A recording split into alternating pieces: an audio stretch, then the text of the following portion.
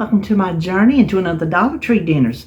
I don't have an addition for this. RJ asked me this morning because him and David are down working on the garage, and he said, what's your theme this week? I said, I don't really have one. So this is just Dollar Tree dinners.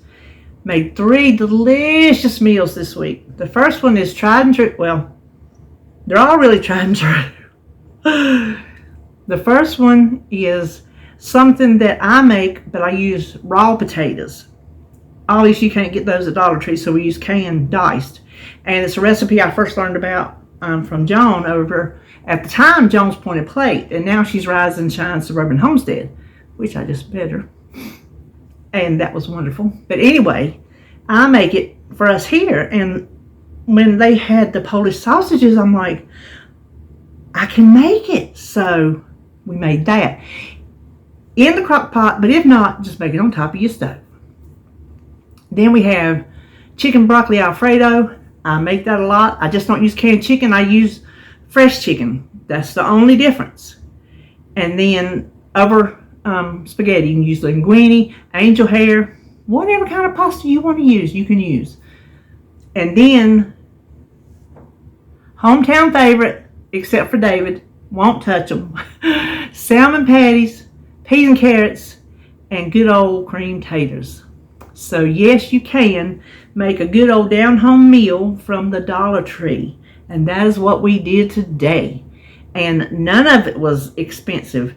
You can go bigger or smaller with all of this. You can go smaller by using less pasta and only 1 can of Alfredo sauce. You can go less on your green beans, like 1 can of green beans, 1 can of taters.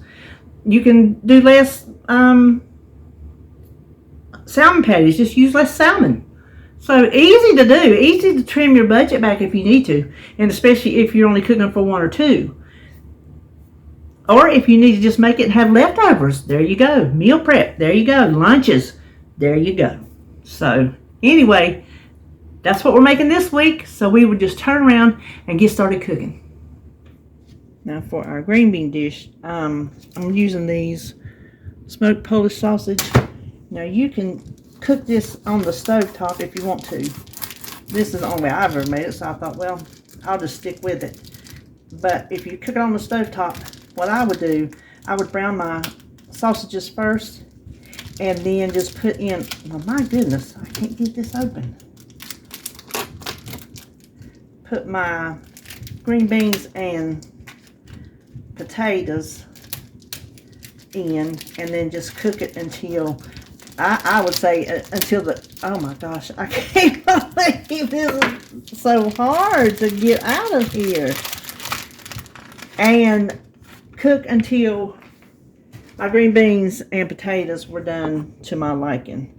So I'm just gonna, I know you probably can't see what I'm doing. Wait, I set up on this side, it's kind of hard to see everything. But I'm just slicing them into little round pieces. I'll show you. Just like that. And we'll just, now you can use how many ever sausages you want. This is one of these recipes that you can use how much of the ingredients you want. So I'm using one of those, and then I have 2 cans of diced potatoes. That one was dented, but it's okay. Now I've drained and rinsed these because I didn't want to see down in the bottom. Can you see it gets kind of, it's not gravy-ish, but it's thick, and I didn't want that. If they break up while they're cooking, I don't mind, but I didn't want that thick sauce, whatever you call it. I can't think what you would call it. So you just dump those in there. Hold on just a minute. The sausage is salty, but I want to salt and pepper these potatoes a little bit. And then the green beans, I have 2 cans of those, and I just left the water in that to give it a little water to start cooking with. And you can see just this little bit makes a huge amount.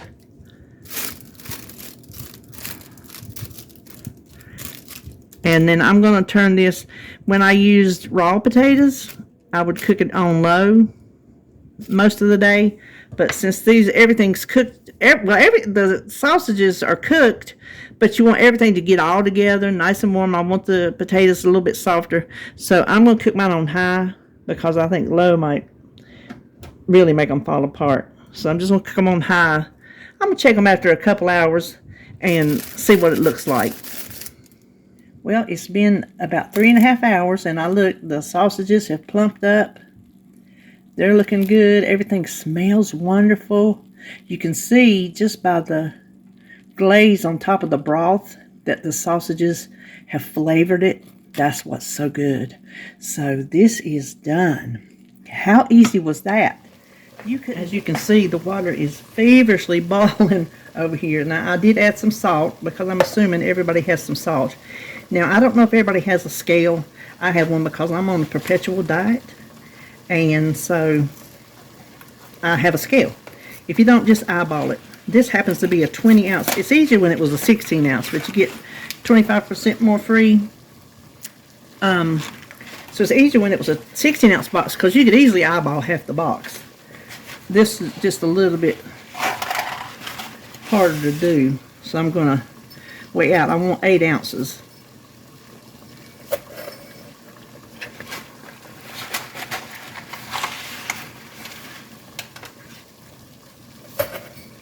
Okay, 8.5 will work for me.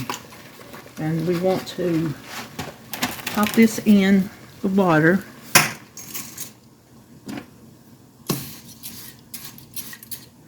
Now, when everything gets down in there, let me move this out of the way. Get my scissors. I'm going to scoot you over. Hold on. There, isn't that some lovely camera work? This is not no professional kitchen or no professional YouTube station, channel, whatever. You see, I can't even talk. Once I get my spaghetti going, and I know there's a lot of steam in your face, I want to add this bag of broccoli cuts. Instead of cooking it separate, I'm just going to cook it right in here with the spaghetti because it'll take about as long. So we'll bring this back up to the bowl and cook it until the spaghetti is done, because then I feel certain the broccoli will be done. Okay, the spaghetti and the broccoli got done, so now I have 2 cans of this Prego classic Alfredo sauce. I want to warm it up before I add the spaghetti and broccoli. Then I have 2 cans of the white chicken. I drained it. Boy, that's bubbling on high, isn't it? So I want to stir it around. I want to get it good and hot. Get the chicken hot. Okay, I think we got it good and hot. I just want to dump in the spaghetti and the broccoli. Stir it around.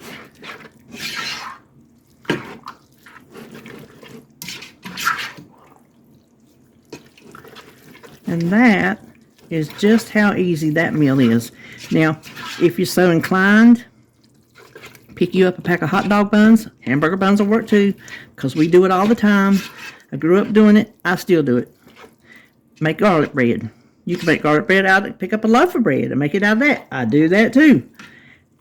Especially like if we have hot dogs, me and my husband can't eat the whole pack. So I always have, matter of fact, I did it last night, come to think of it. We had spaghetti, and I used my hot dog buns that were pretty much stale and made garlic bread. So to add to this, just pick you up whatever kind of bread you want and add some butter to it if you got it at home, and garlic powder. There you go. Okay, well, there is our broccoli and chicken Alfredo. Before we start our salmon patties, I want to get our peas and carrots cooking. This is a nice size bag too, 14 ounces. That's a lot of peas and carrots. But peas in our house goes with salmon patties. Now, it says these just need to boil 3 to 5 minutes, but, well, they sure ain't hardly no peas in there. That's about all carrots.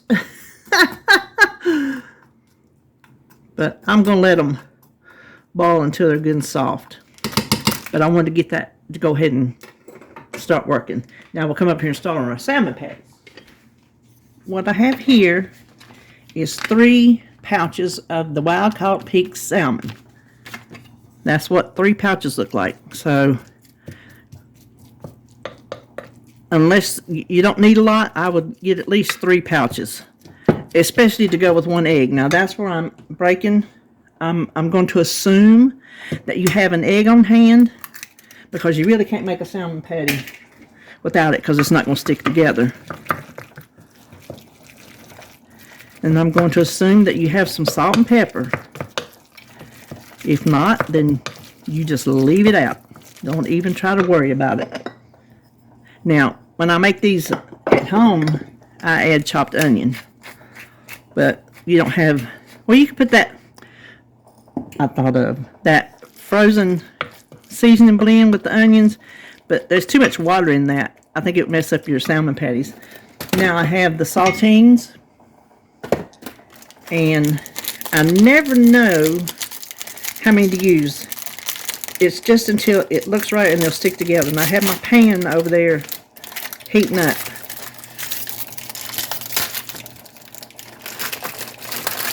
So I'm just going to grab a handful and crush them in there. Or grab me another little handful.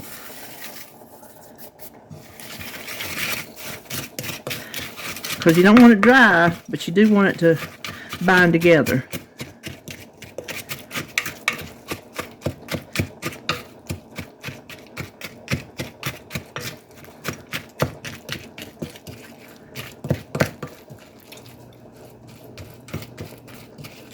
I think we can go for some more crackers here.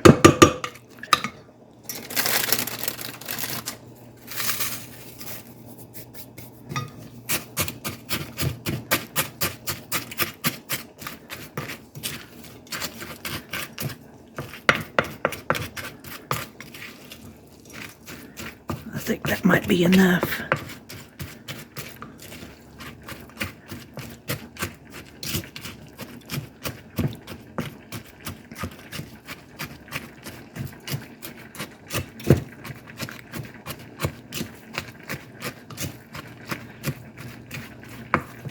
Okay, let's scoot over. Now here's another one of my assumptions, that you have some kind of oil in your kitchen. If you don't, then get you some cooking spray, but it gives it a good outside if it's got some little bit of oil to cook in.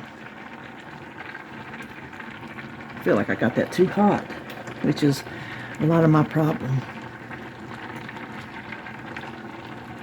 Okay, now we're just going to scoop out a spoonful, and I should be doing this over the bowl, but I'm going to show you just how to make a patty. It's no big thing. Just oh, that's a good mixture. I hope it's not going to fall apart. Sometimes they fall apart. That's okay too. So let's make all these into patties. Oh, you hear that sizzle? These are going to be good.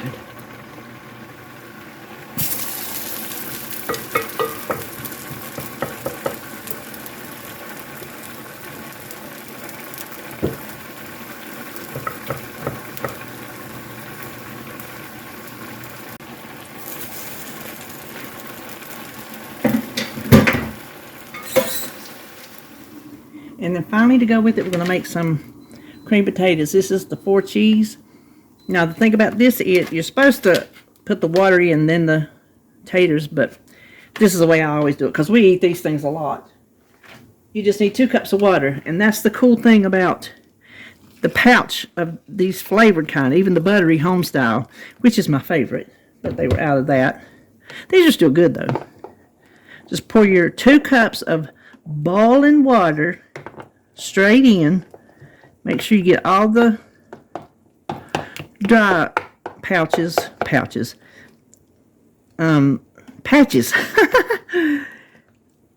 See, there's some. Make sure you get all your dry patches. And with just a regular box of instant mashed potatoes, you have to add butter and milk. These just take water and they're flavored. So that's all there is to that. Now let's make a plate of food and see what we got today. All right, I don't know about you, but that's a good looking plate of food right there. That is right up my alley. Salmon patties, cream potatoes, and peas and carrots. And if you have some brown sugar, add it to your peas and carrots. That's how we always like it around here. So I add a little bit for my son because I know he likes it. But you don't have to. You don't need that. It's not part of the recipe. It's just I added that little bit just for him. So there you have it. That is the end of this Dollar Tree dinner video. I hope you have enjoyed all these recipes. I think they're all going to be delicious. Matter of fact, I know they are. So that'll do it for me today. And I'll just see you when I see you.